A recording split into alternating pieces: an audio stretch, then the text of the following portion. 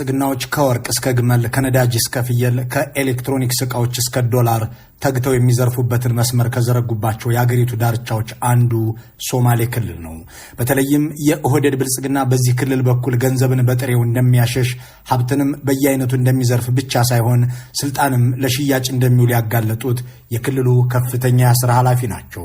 ለህሊናዬ ስል ከአእምሮዬ ጋር ታግዬ ይህንን ወንጀል ለማጋለጥ ተገድጃለሁ የሚሉ አንድ የሶማሌ ክልል ከፍተኛ ኃላፊ አይኔ የሚያየውን ጆሮዬም የሚሰማውን በዝምታ አልፈው ዘንድ አልወደድኩም ብለው ሰሞኑን አንድ ጽሑፍ አስነብበዋል። ስማቸው መሐመድ ሐጂ ካህን እንደሚባል ይገልጻሉ። መረጃዎቻቸው ዘርዘር ያሉና የውስጥ አዋቂ ናቸው። ከአዲስ አበባ እስከ ጅጅጋና ውጫሌ ድረስ የተዘረጋውን የዝርፊያ ሰንሰለት ያብራሩታል። የኦህዴድ ብልጽግና ይህንን የዝርፋ መዋቅር ኬኒ ብሎ እንደሚጠራውም ይገልጻሉ። ቃሉ ኦሮምኛ ነው። በቀጥታ ትርጓሜው ወድህ በል ወይም አምጣ የሚል አማርኛች አለው። የኦህዴድ ብልጽግናዎች ብቻ ሳይሆኑ የአዴፓ ብልጽግናዎችም እንዳቅማቸው በዚህ መዋቅር ውስጥ ገብተው እንደነበርም ጽፈዋል። ሙስጠፋን የምስራቁ ኮከብ እያለ ያሞካሽ የነበረው የፕሮፓጋንዳ ኃይልም እዚህ ውስጥ መኖሩን አስቀምጠዋል። በዚህ ዝግጅት ወደ እናንተ የምናደርሰው ጥንቅር በዋርዴር ድረገጽ ላይ ኢትዮጵያስ ካሽካው ዘ ኬኒ ካባል ድሬኒንግ ዘ ሶማሌ ሪጅን በሚል ርዕስ የተነበበውን የኒህን ባለስልጣን ጽሑፍ ነው። መረጃውም ሆነ ማስረጃና መከራከሪያው የጸሐፊው እንጂ የኢትዮ ፎረም አለመሆኑን እያስታወስን ወደ ዝርዝሩ እንገባለን። ባለስልጣኑ እንዲህ ይጀምራሉ። የሶማሌ ክልል በታሪክ የተገፋ ቢሆንም በተፈጥሮ ሀብት ከበለጸጉት የኢትዮጵያ አካባቢዎች አንዱ ነው። የመጡት መንግስታት ሁሉ ፖለቲካዊ ጫናና ኢኮኖሚያዊ ብዝበዛ የሚያደርጉበት ነበር። ከኢህአዴግ እስከ ብልጽግና ባለው ዘመን ውስጥ ህዝብ በጉስቁልና እየኖረ ገዢዎች የሚበለጽጉበት የዝርፊያ መስመር ነው። የቀደሙት መንግስታት ቢያንስ ቀጥተኛ ጣልቃ ገብነት ነበራቸው። የአሁኖቹ ግን እንደዚህ አያደርጉም። ስውር የዝርፊያ ስርዓት ዘርግተዋል። ስሙም ኬኒ ይባላል። ቃሉ የኦሮምኛ ሲሆን ወድህ በል ወይም አምጣ እንደማለት ነው። ይህ የመዝረፊያ ሰንሰለት የሆኑ ደላሎችን አሰማርተው ከባለስልጣን ጋር ይደራደሩ እንደነበሩት የኢህአዴግ ሹሞች ያለ አይደለም። ከላይ ጀምሮ እስከታች ድረስ የተዘረጋ ኔትወርክ አለው። በሶማሌ ክልል ውስጥ ለህዝብ የሚቀርቡ ግልጋሎቶች ታቅበው በጀት ለዚህ ኔትወርክ እንዲከፈል ይደረጋል። እንደ አንድ በዚህ ክልል ውስጥ እንደሚሰራ ኃላፊ ይህን ጉዳይ ዝም ልለው አልችልም ብዬ ይህንን እንድጽፍ ያነሳሳኝም ጥልቀት ያለው የኬኒ ወይም የወድህ በል የዝርፊያ ስርዓት ነው። በኢህአዴግ ዘመን በሶማሌ ክልል ውስጥ አማጽያንን ለመዋጋት በሚል ብዙ ሰራዊት ሰፍሮ ነበር። ጦሩ ግን ከሰላምና ጸጥታ በላይ ሆኖ ለጭቆናና ለዝርፊያ አገልግሏል። የዘንድሮቹ ኬኒዎች ግን ሰራዊት አላሰማሩም። ከዚያ ይልቅ የመዝረፊያ ኔትወርካቸውን መዘርጋት መርጠዋል። የህወሓት ሰዎች በአስተዳደር ጉዳይ ጣልቃ ይገቡ ነበር። ኬኒዎች ግን ይህንን መንገድ ትተውታል። እነሱ የክልሉ አስተዳደር ምንም ይሁን ምን አያሳስባቸውም። ዋናው ጥያቄያቸው ወድህ በል የሚለው ነው። አለቃችን ሙስጠፋ መሐመድ ዋና ስራቸው የክልሉን ህዝብ መሰረታዊ የህዝብ ጥያቄ መመለስ ላይ መትጋት ሳይሆን እነዚህ የኬኒ ኔትወርኮች ገንዘብ እንዲያገኙ ማድረግ ነው። እነሱን ከዚህ ፍላጎታቸው ካናጠቧቸው ስልጣናቸው እንደማይቀጥል ያውቃሉ።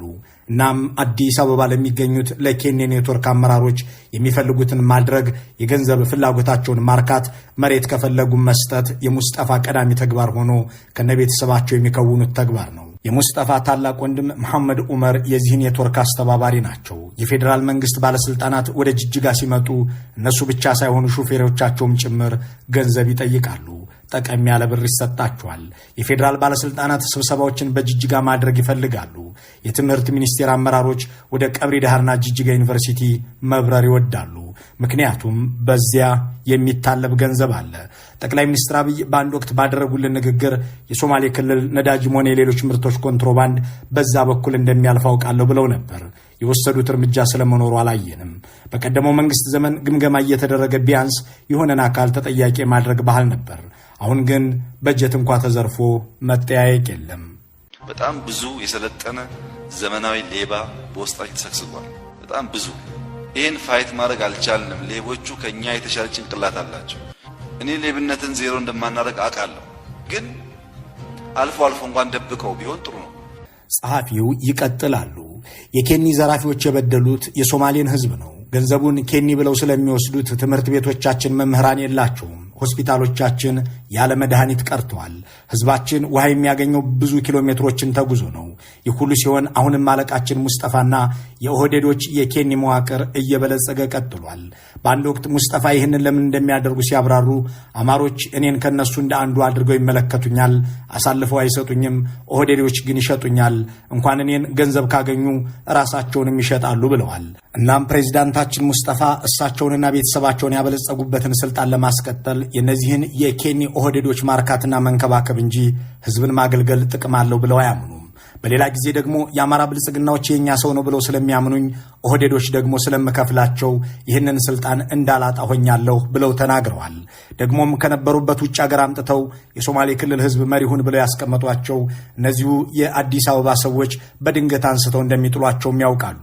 ያመጧቸው ሰዎች እንደሚያነሷቸው ስለሚያውቁም ይህ የወዲህ በሉ መዋቅር ኬኒው እንዳይጓደልበት ይሰራሉ። በአብዲኤሊ አስተዳደር ዘመን የተንሰራፋ ሙስና ቢኖርም የተዘረፈው ሀብት ኢንቨስት የሚደረገው በዚያው በክልሉ ነበር። ሙስጠፋና አጋሮቻቸው ግን የተዘረፈውን ገንዘብ በውጭ ሀገራት ባንክ እንዲቀመጥ ከማድረጋቸውን በተጨማሪ በዱባይ በኢስታንቡልና በናይሮቢ ሪል ስቴት ግዢ ላይ እንዲውል እያደረጉት ነው። ሙስጠፋና አጋሮቻቸው ይህንን ብቻ አይደለም የሚሰሩት። ይልቁንም አዲስ አበባ ያሉት ባለስልጣናት በውጭ ሀገር ባንኮች ገንዘብ ለማስቀመጥም በሌሎች ሀገራት ግዢ ለመፈጸምም ቤትና ሌላም ነገር እንዲኖራቸው ሲፈልጉ የሚጠቀሙት እነ ሙስጠፋን ነው። ይህንን ሁሉ ማድረግ የቻሉት ሙስጠፋ ስልጣኑን ያገኙት በህዝብ ተመርጠው ሳይሆን በኦህዴድ ብልጽግናዎች ተቀብተው ነው። እናም ከሶማሌ ህዝብ ቁጣ ይልቅ የአንድ የኦህዴድ ሹም ኩርፊያ ያስደነብራቸዋል። የሚሰጉትም ከአዲስ አበባዎቹ ሰዎች ችግር እንዳይገጥማቸው ነው። በመጀመሪያዎቹ 5 የአብይ አገዛዝ ዘመናት ሙስጠፋን በስልጣን ላይ እንዲቆዩ ትልቁን ሚና የተወጡት ከአማራ ክልል የወጡት ባለስልጣናት ናቸው። ብናልፍ አንዱዓለም፣ ደመቀ መኮንንና ተመስገን ጥሩነህ ደግሞ ዋና ዋናዎቹ ናቸው። አቶ ሙስጠፋም እኔ እኮ በአማሮች እወደዳለሁ የሚል ንግግር ያዘወትሩ ነበር።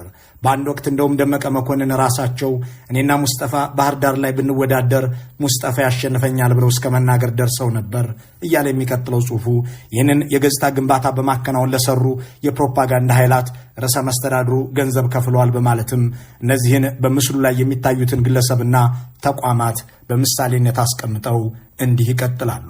እነዚህ የፕሮፓጋንዳ ተቋማት አፋቸውን በገንዘብ ስለለጎሙ የምስራቁ ኮከብ፣ ቀጣዩ ጠቅላይ ሚኒስትር ወዘተ እያሉ ያንቆለጳጵሷቸዋል። የአማራ ልሂቃን ሙስጠፋን በማወደስ ቀዳሚ ቢሆኑም በዋናነት የተጠቀሙት ግን የኛው ሙስጠፋ ናቸው። በመጀመሪያዎቹ ዓመታት ጠቅላይ ሚኒስትር አብይ ይህንን የሙስጠፋንና የአማራ ልሂቃን ጥምረት ወደውት ነበር። ሙስጠፋም ሆኑ እነዚህ የፕሮፓጋንዳ ተቋማት በጸረ ትግራይ ዘመቻዎቻቸው ላይ የተናበበ ሥራ ይሰሩ ስለነበር በትዕግስት አልፈዋቸዋል። ይህ አጋጣሚም ለሙስጠፋ የጠቀመ ሆነ። በአንድ በኩል እንደ ሌሎቹ የብልጽግና ባለስልጣናት ትችት የማይሰነዘርባቸው፣ የሚዲያ ፕሮፓጋንዳም የማይከፈትባቸው፣ ይልቁንም የሚወደሱ ሆነው ቀረቡ። በሌላ በኩል ኦህዴዶች ይህንን ሰው ብንነካው አማሮቹ ሊቆጡ ይችላሉ የሚል እሳቤ እንዲኖራቸው አደረገ። በኦህዴድ ብልጽግናዎች ዘንድ በአንድ ወቅት ሙስጠፋን ከስልጣን የማንሳት ፍላጎት ታይቶ ነበር። ሆኖም የአማራ ባለስልጣናት ጣልቃ ገቡ። ጣልቃ የገቡት ግን ጠቀም ያለ ገንዘብ ስለተከፈላቸው ነበር። ሚዲያዎችም ጮሁላቸው። በመጨረሻም ተረፉ። ከዚያን ጊዜ ወዲህ አቶ ሙስጠፋ በፌዴራል መንግስት ውስጥ እሳቸውን ለማንሳት የሚደረግ ውይይት ወይም እንቅስቃሴ ካለ ለማወቅ በሚል የባለስልጣናትን ጸሐፊዎች ጭምር የኔትወርካቸው አባል አድርገውና ጠቀም ያለ ገንዘብ ከፍለው ክትትል ያደርጋሉ። አሁን ሙስጠፋ በዋናነት የሚያገለግሉት የኬኔን ካባልን መዋቅር ነው። ትርፍም እያገኙ ያሉት በዚሁ መዋቅር ውስጥ የተሰገሰጉት የኦህዴድ ብልጽግናዎች ናቸውና እሳቸውን ከስልጣን ማንሳት አይፈልጉም። ግን ሙስጠፋ ከስልጣን የማይነሱበትን ምክንያት ጠቅለል አድርገን በ5 ማስቀመጥ እንችላለን። ፕሬዝዳንታችን ክቡር አቶ ሙስጠፌ ይህን ቀን ህዝብ ይዘው ይህን ለም መሬት ይዘው የልመና ታሪካችን እንዲጠፋ ተክተው እንዲሰሩ አደራ ማለት ፈልጋለሁ። ባለስልጣኑ አቶ ሙስጠፋ እንዲነሱ የማይፈለግበት ምክንያት 5 ነው ብለው እንዲህ መዘርዘራቸውን ይቀጥላሉ። የመጀመሪያው አሁን የአዲስ አበባው መንግስት ጥረት አማራን፣ ትግራይንና ኦሮሚያን መቆጣጠር ስለሆነ ሶማሌ ክልል ዋና አጀንዳው ስላልሆነ ሲሆን፣ ሁለተኛው ምክንያት ሙስጠፋ የሶማሌ ክልልን ፖለቲካ በበቂ ሁኔታ ማዳከማቸው ነው። ሶስተኛው ሰበብ ክልሉ ከአዲስ አበባ ለሚነሱ የኦህዴድ ልሂቃን ጥሩ ማዕከል ሆኗል። አራተኛ ሙስጠፋ የብልጽግና ሹማምንት በሶማሌ ክልል ውጫሌ በኩል ገንዘብ ሲያሸሹ ጥበቃ የሚያደርጉላቸው የሚተባበሯቸውና መንገድ የሚያመቻቹላቸው ሰው በመሆናቸው አይነኳቸውም። አምስተኛ ከሙስጠፋ የተሻለ ጉዳይ ፈጻሚና ይህንን የተዘረጋውን የዝርፊያ መዋቅር የሚያስቀጥል ብቁ ተተኪ ማግኘት ለጊዜው ቸግሯቸዋል። እናም ሙስጠፋን ማንሳት እንደሚጎዳቸው ስለሚያውቁና ደግሞም ያጓደሉባቸው ነገር ስለሌለ ኬንያዎች አዲስ ሰው ፍለጋ መውጣት አላስፈለጋቸውም። በሶማሌ ክልል በተለይም የጸጥታ ተቋማት በጀት የሚውለው ለሙስና ተግባራት ነው። በ2014 ህዳር 1 ቀን የተከሰተን አንድ ሁኔታ ላስታውሳችሁ። በዚያን ዕለት የክልሉ ካቢኔ በጎዴ ተሰባሰበ።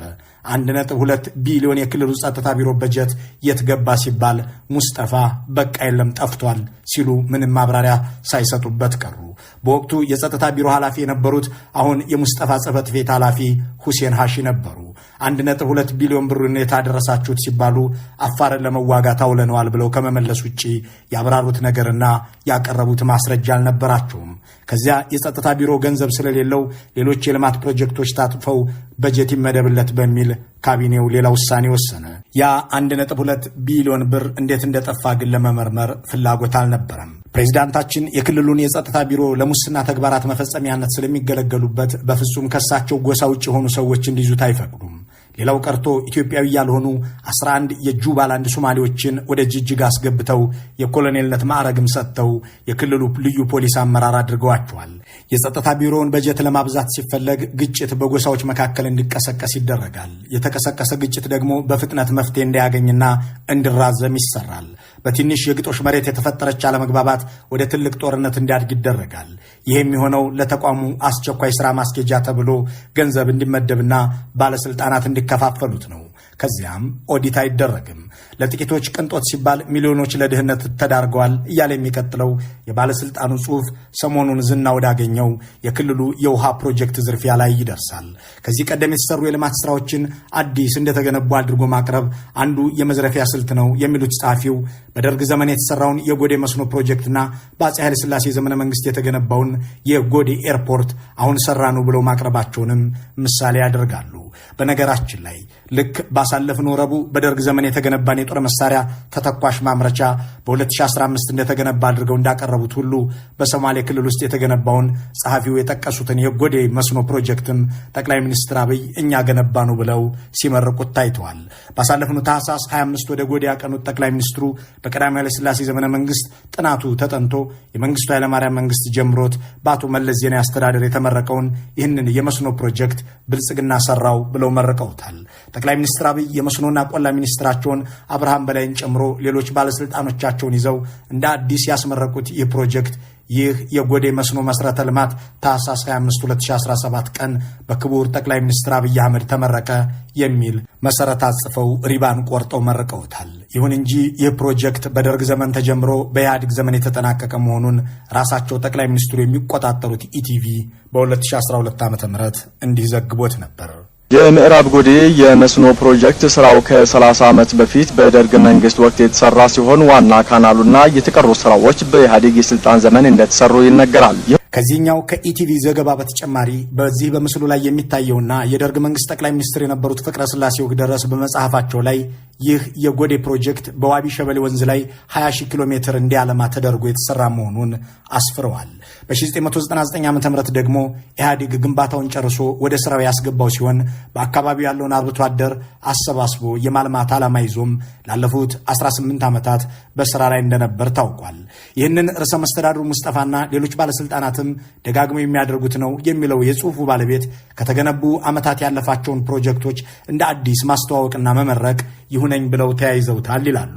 ከዚህ በተጨማሪም ያላለቁ ፕሮጀክቶችን አልቀዋል ብለው ማስመረቅ አንዱ የመዝረፊያ ስልት ነው ይሉና ለጅጅጋ ውሃ ያቀርባል ተብሎ 1.4 ቢሊዮን ብር ወጪ ተደርጎበት እንደተሰራ የተነገረለት የውሃ ፕሮጀክት አሁን አገልግሎት እንደማይሰጥ ያስረዳሉ። 520 ሚሊዮን ብር ተመድቦለት የነበረው የቀብሪ ዳህር ውሃ ፕሮጀክትም የውሃ ሽታ ሆኗል። ለሽንሌ ቆራሄና ጀረር ዞኖች መንገድ መገንቢያ ተብሎ ለኮንትራክተሮች ሙሉ ክፍያ ከተፈጸመ በኋላ ተቋራጮች ጠፍተዋል። በቁቢ አካባቢ ድልድይ ለመስሪያ ተብሎ ገንዘብ ከተመደበ በኋላ በማይረቡ ግብአቶች ተገንብቶ ነበርና ጎርፍ ወሰደው እያለ የሚቀጥለው የባለስልጣኑ ጽሑፍ ይህንን ይመስላል።